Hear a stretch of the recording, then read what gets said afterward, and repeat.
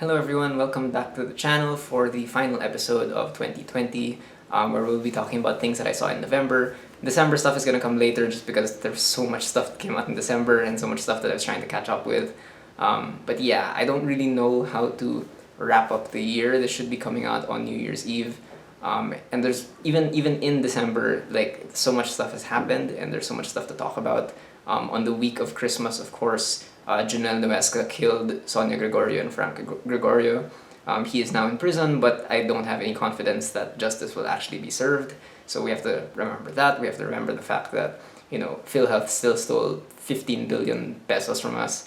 And that apparently people close to the president and people in the military have been vaccinated supposedly somehow, while medical workers have been getting nothing, while people who are actually dying from the virus are not getting any assistance.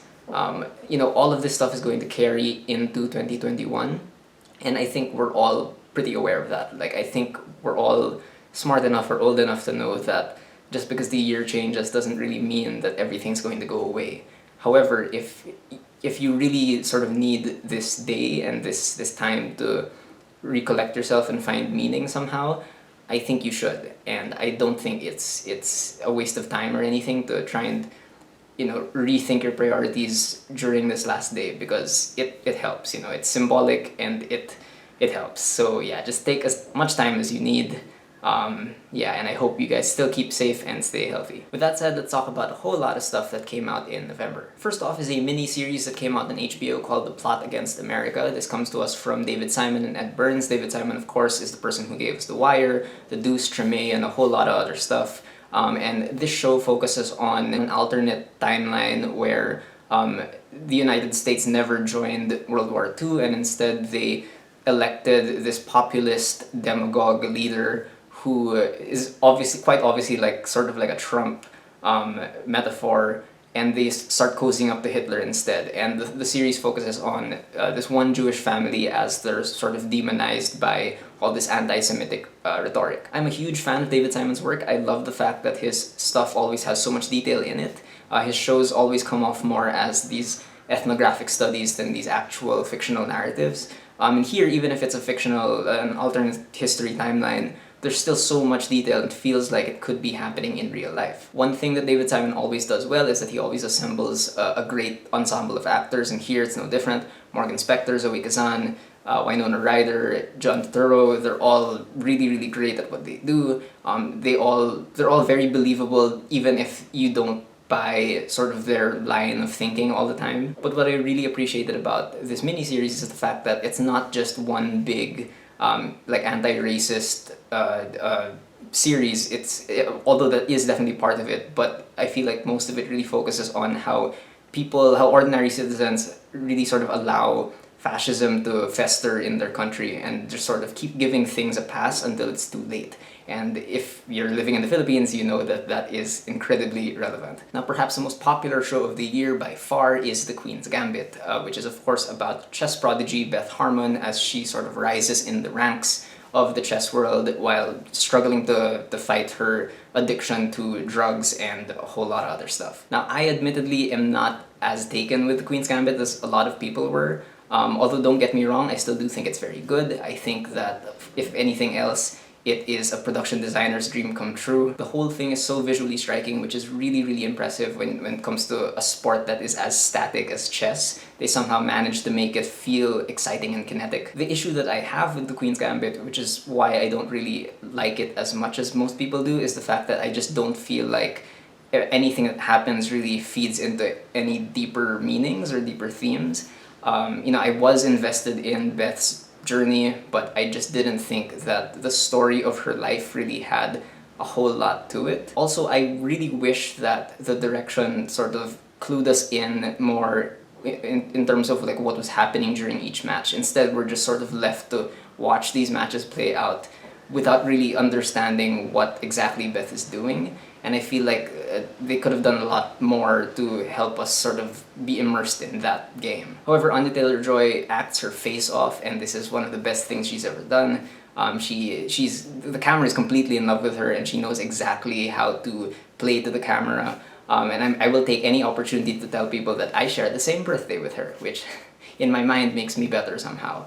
But yeah, one of my favorite shows of the year and of last year is Primal, which is the animated series from Genndy Tartakovsky, which is really just about a caveman and a T-Rex forming a bond and trying to survive this prehistoric world. The first 5 episodes came out last year, and the last 5 episodes of season 1 came out this year, and it is still such an incredible show. There is no dialogue in Primal, it's really just pure visual storytelling, and the visuals really are gorgeous. Genndy Tartakovsky's art style lends itself very well to both scenes of beauty and brutality, and those two things are balanced extremely well. And the action scenes that Tartakovsky comes up with here are even better than the ones in Samurai Jack, I would say.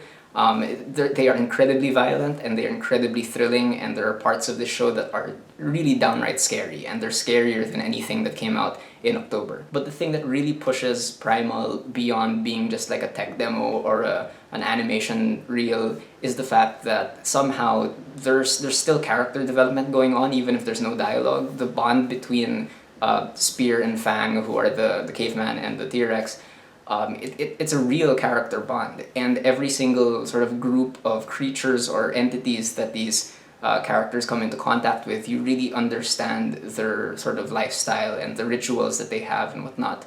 And these last 5 episodes really take a huge risk, and they expand the world of Primal to places that I feel like really might not have worked, but they somehow make it work. Now, one of my favorite miniseries of the year is a miniseries called The Good Lord Bird, which stars Ethan Hawke and Joshua Caleb Johnson. This is the story of the real-life abolitionist John Brown as he went on this insane crusade against slave owners, just, wiping them out across the American countryside while trying to free as many slaves as he could. The show is insane. Like, it is completely nuts, and it's so entertaining to watch, which I know might be a little off to say because this is a story about slavery, but surprisingly, I feel like this story, more than other shows and movies about slavery, knows how to talk about it and where to inject humor.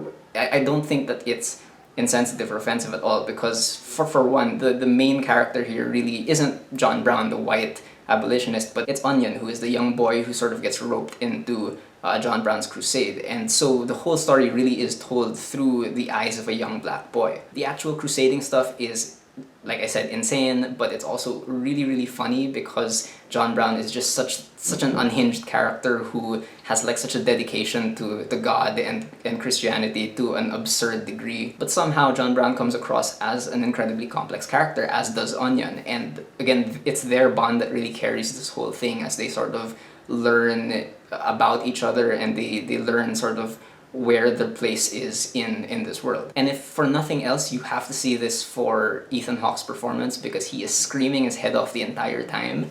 He's chewing the scenery so hard that it sort of loops back on itself and it becomes a really nuanced performance. However, Joshua Caleb Johnson, who obviously in comparison is turning in a much more quiet and reserved performance, he's really, really great, and I wouldn't be surprised if he ends up upsetting Ethan Hawke in terms of awards if they're competing in the same category.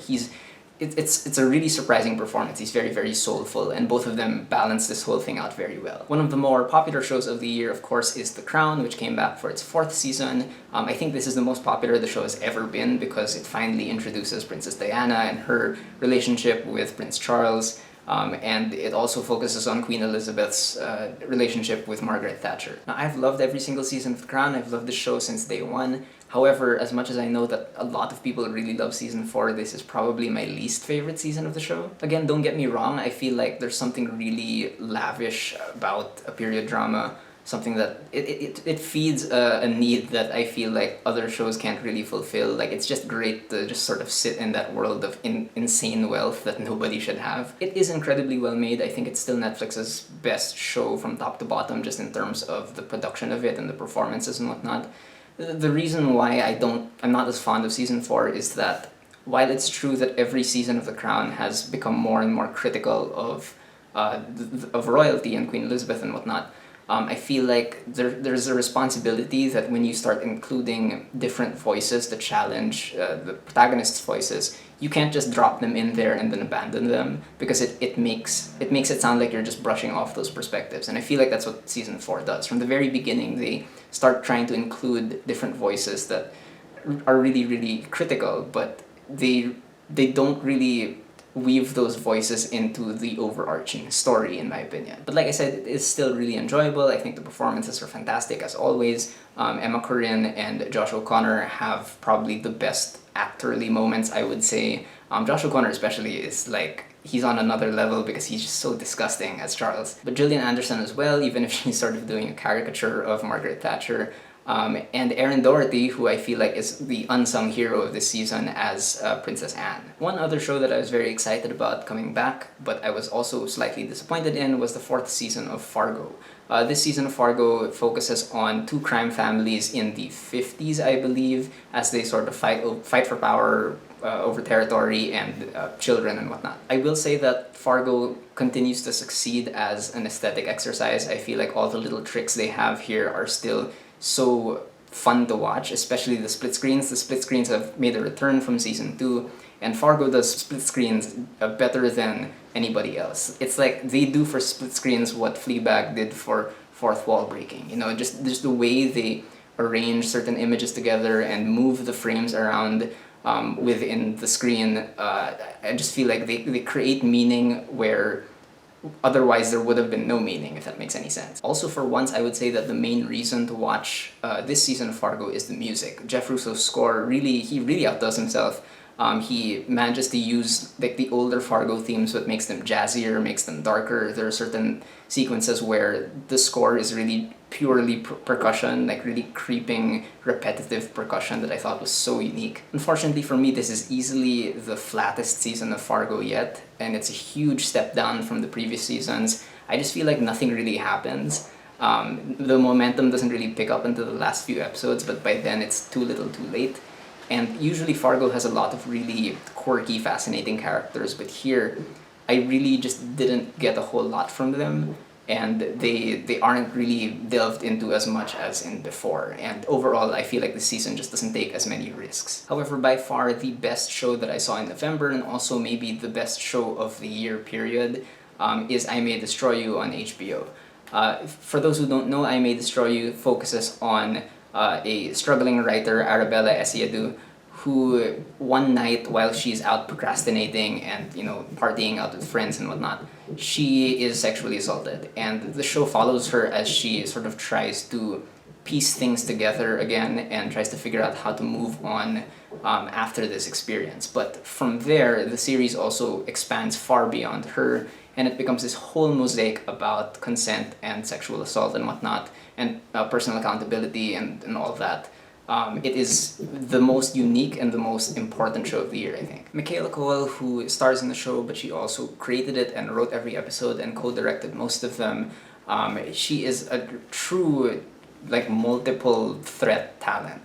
It's insane what she was able to do in the span of episodes, and I think it's going to be incredible if they just give her all the money she needs and like all the freedom to tell whatever story she wants to, because this is truly like unlike anything you've ever seen. She's a fantastic performer, but she's also supported by Weruche Opia, who plays her best friend here, and she's also supported definitely by Papa Esiadu, who plays her other best friend, who I think almost steals the entire show.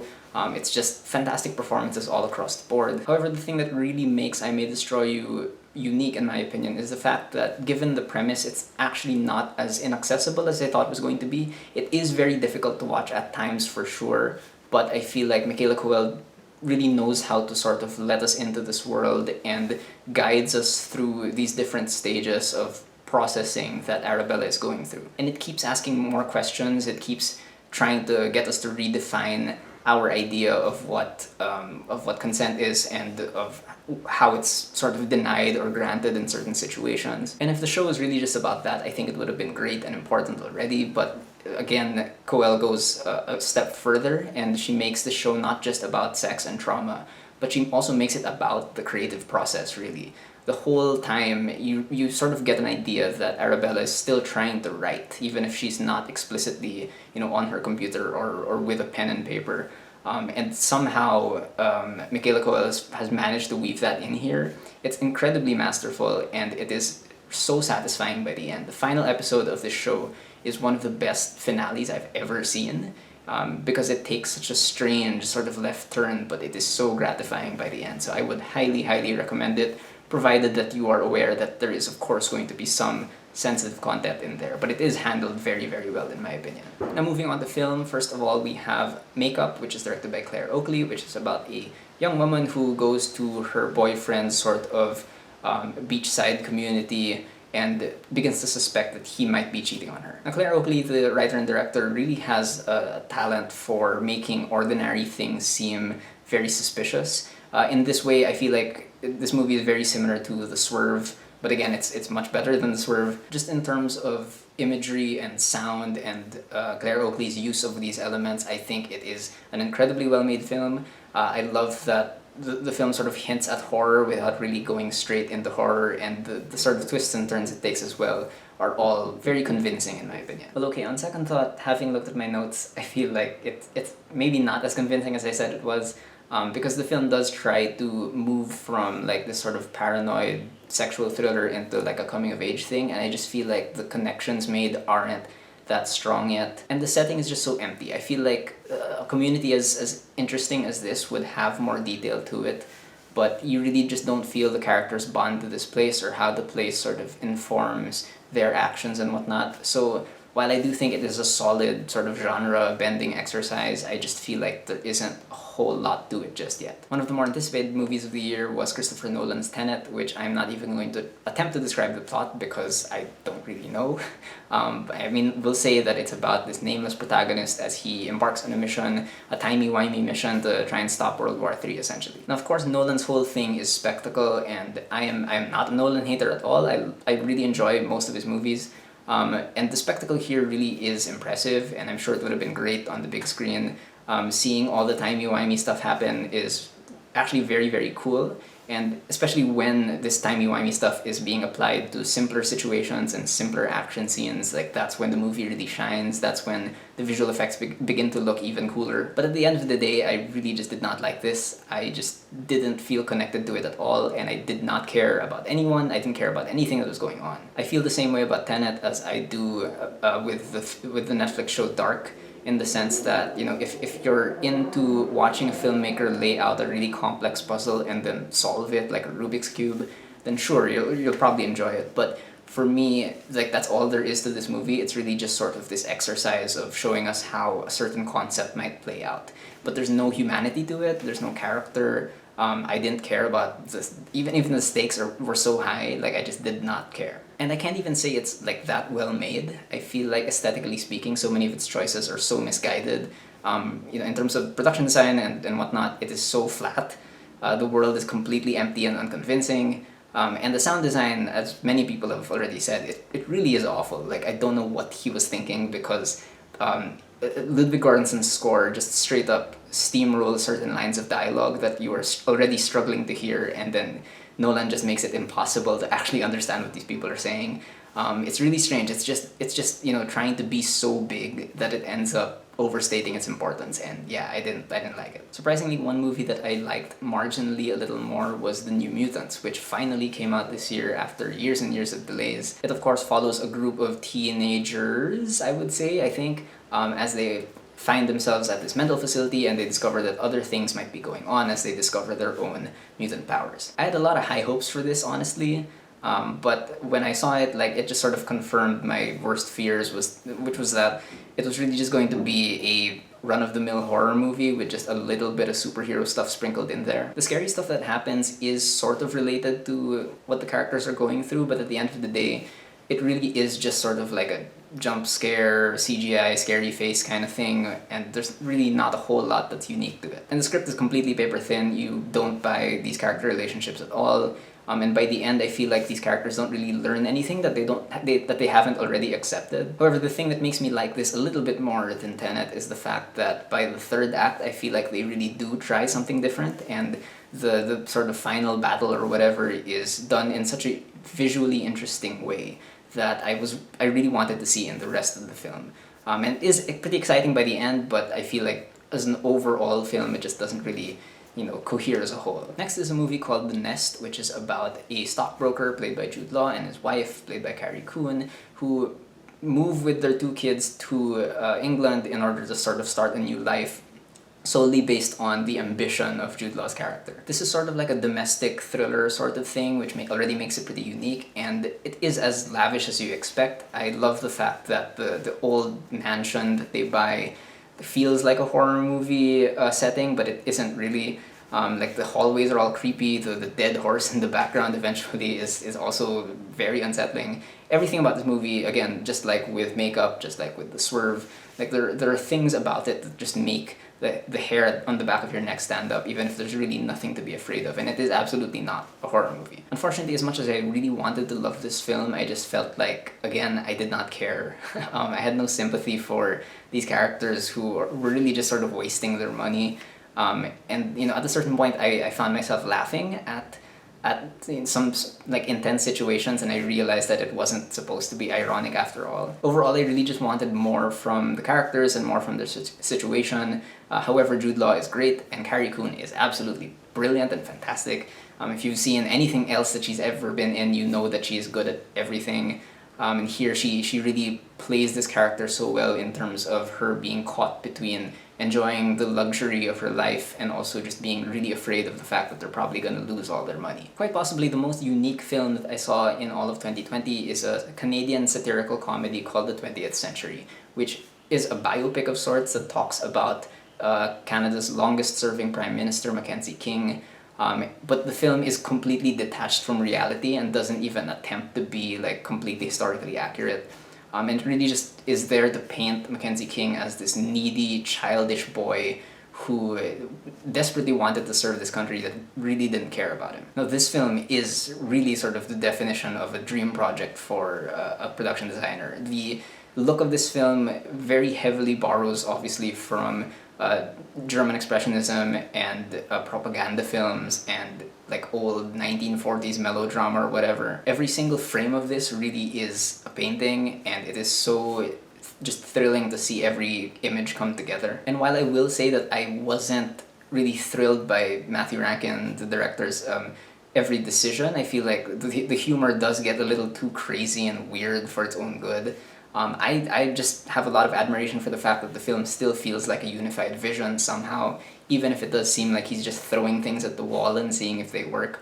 It is though incredibly funny at its best moments, and it's just so strange, and it's so great to see it come together. And the whole film is anchored on Dan Burns' performance, who plays Mackenzie King, and he really understands how to bring this character to life without necessarily making fun of him. He's playing him as this straight character who has just a lot of baggage and a lot of mommy issues, and it really works within the context of the film. I would highly recommend seeing this, even if you hate it by the end. Moving on to some new Filipino films that came out in November, towards the very end of November. First of all, as part of Q Cinema this year, we finally got to see Lahi Hayop, which is the new Lav Diaz movie, which mainly focuses on three men as they traverse this jungle on the way home after some time off at their jobs as miners. Now, speaking as a fan of Lav Diaz generally, I did not really like this movie. I feel like it comes off as sort of like recycled bits of his previous films, in my opinion. The production here is especially clunky. It's clunkier than usual, and certain like action scenes, if you can call them that,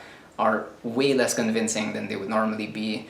To be fair, Lav Diaz has never really been about action. In fact, he's been about the complete opposite, and that's why I enjoy him. But still, when the more like violent scenes, I guess, like come up, they just feel like pantomiming. And overall, I feel like the film's ideas don't really get any interesting after the first half. I just feel like it's recycling things that we already know from him before. And with the shift in power dynamics by the second half, I feel like the film loses a whole lot of steam and it is just way less interesting in the back half. However, it is still incredibly visually arresting, and I feel like if you have never seen a Lav Diaz movie, you'll still enjoy the visuals here, just because the way he does monochrome is so much more, it's pretty unique. Like it feels very metallic as well, but he always knows how to draw your eye towards which objects are black, which ones are white on screen. I don't really think it's the best like entry point for his filmography, but it is shorter though, so there's that. Now moving on to the 4th edition of Pista ng Pelikulang Pilipino, which was held completely online as well. Let's talk about He Who Is Without Sin, which is a movie that focuses on this journalism student played by Elijah Canlas, who meets sort of like his hero reporter figure and discovers that this reporter is not really how he presents himself to be on screen. I really can't get into this without getting into spoilers, so be warned, spoilers. But number one, of course, Elijah Canlas is good. He's good in everything he does. He's just completely wasted here. I feel like he's trying his damnedest, really, but like the film isn't really giving him a whole lot. I really hated this. I feel like it has no idea what it's talking about, especially when it starts talking about journalists and it starts speculating as to why people become reporters in the first place. Like it is so, it feels pretty malicious, especially when you know the filmmakers' politics and their background. It feels so malicious for them to be saying these things about a group of people who are routinely demonized by the current administration. It's just so illogical, like the conclusions it puts together. And the spoiler part of this is that, of course, a huge part of this movie is sexual assault and how Elijah Canlas' character sort of is trying to rationalize his experience of sexual assault in his mind. But you know, if this movie claims to be in support of these victims, it shouldn't be replaying scenes of sexual assault over and over again throughout the entire film. It is incredibly harmful, I feel, and it's really tone deaf and offensive, and I just don't understand what it was trying to do. It is such a confusing experience, and I hated it. Another new film at PPP that I saw this year was Kintsugi, directed by Lawrence Fajardo, which is about a Filipino man and a Japanese woman who sort of meet in Japan through their work and develop some sort of will they, won't they relationship. That's the best way I can put it. This is a really gorgeous movie to look at. It is so delicately put together. Every single frame just feels so meticulous. If this was just a documentary about Japanese artisans or whatever, I think it would be so great, just because I feel like the images on their own have more meaning than the images paired with the actual story, because I just wasn't a fan of the story. I ultimately just felt so distant from the characters and their conflict, and I normally don't like it when a movie or a show hinges mainly on the drama from like infidelity or suspicions of infidelity. I just feel like naturally those kinds of stories just reach the same sort of point. I also really wasn't a fan of how monotone the direction was, which I know is like a conscious choice. But again, it just kept me at such an arm's length from the characters that, you know, as much as I really wanted to enjoy this, I just couldn't access it emotionally, and by the end I just felt like it didn't give anything deeper than like the infidelity stuff. One film I really enjoyed from PPP, however, was Ang Lakaran ni Kabunyan, Kabunyan's Journey to Liwanag, which is the sort of like 1 hour documentary from Kidlat Tahimik. This one's really just about his son as he goes on a road trip of sorts and begins to reflect on himself and the place of Filipino culture within our post-colonial world. This documentary is definitely very unpolished. I feel like there's a lot of stuff that still needs cleaning up, and especially the sound. I feel like the editing as well isn't really motivated by a whole lot except just to fill up that running time. So it still feels incomplete to me, and wouldn't surprise me if this movie came out with another version again down the line. But I really did just enjoy the ride. You know, I love just sort of hanging out with Kabunyan and Kidlat Tahimik and their family.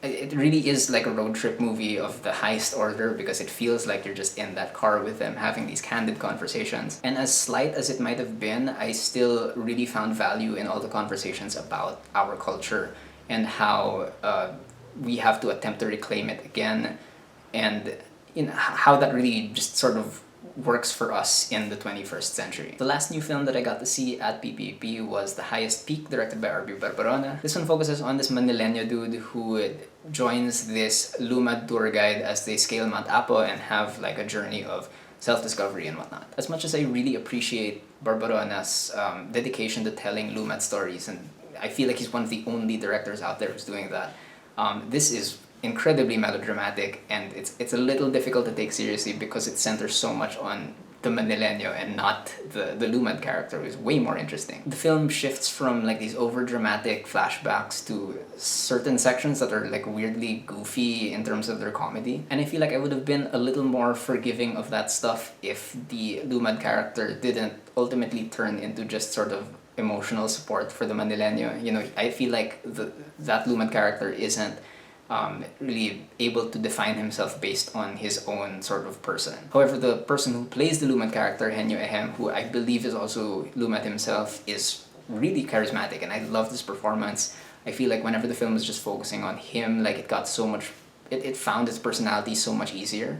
But yeah, like, as much as I did not enjoy this ultimately, I still believe in this director and what he's doing. And finally, the last movie I want to talk about for this video and also for this whole year is a movie called, and pardon the title, it's called Shithouse. This is directed by Cooper Raiff, and it's about a college freshman, also played by Cooper Raiff, who is feeling incredibly homesick and lost during a sort of lull period in their college lives. And he spends one night just sort of wandering the campus with a new friend, with Maggie, played by Dylan Galula, who is a sophomore. And they just sort of, sort through their stuff as they walk around campus. It's definitely very mumblecore, it's very like Before Trilogy-esque.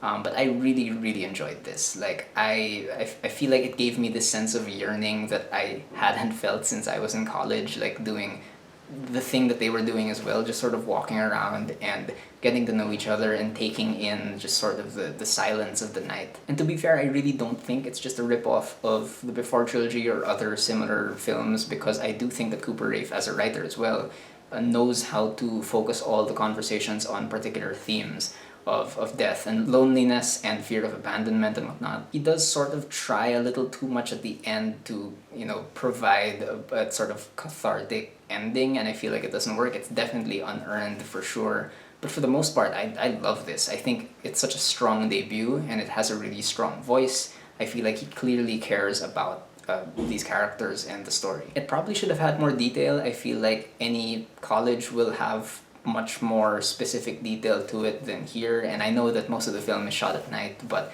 I still feel like there would have been a lot more to it.